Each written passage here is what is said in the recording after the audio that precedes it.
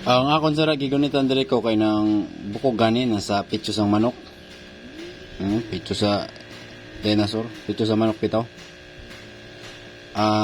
Pakita na ko si mong sa kalainan sang tendon tag sa ligament. Ang tendon sara, di ba ang tendon kay bone to muscle man to. Amo ni siyang tendon ko.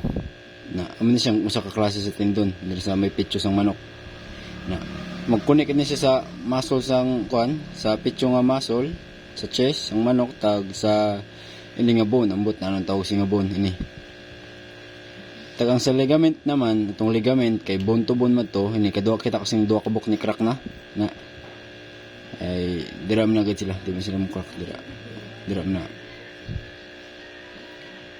Mag-connect siya sa duha ka bone to bone, bali ari nga bukog ini tag ini sa diri niya sa upper part nga dira, ang sa lower part ari lat nga bukog, bali bone to bone na ang ligament. Di kaya ni siya pareha din sila komposisyon ng ng tendon tag ang ligament, pareha din sila komposisyon na.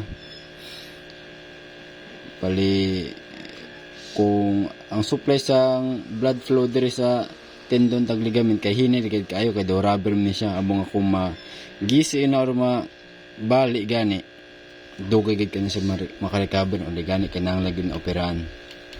Amo nang pabakuro naton ika magawon sa ankle naton, mga ligament tag tendon naton tag sa tuhod, tag sa tanan, labi na sa mga rotator, labi na sa abaga tag sa hips atin na pabakuron. Kay once mabali gina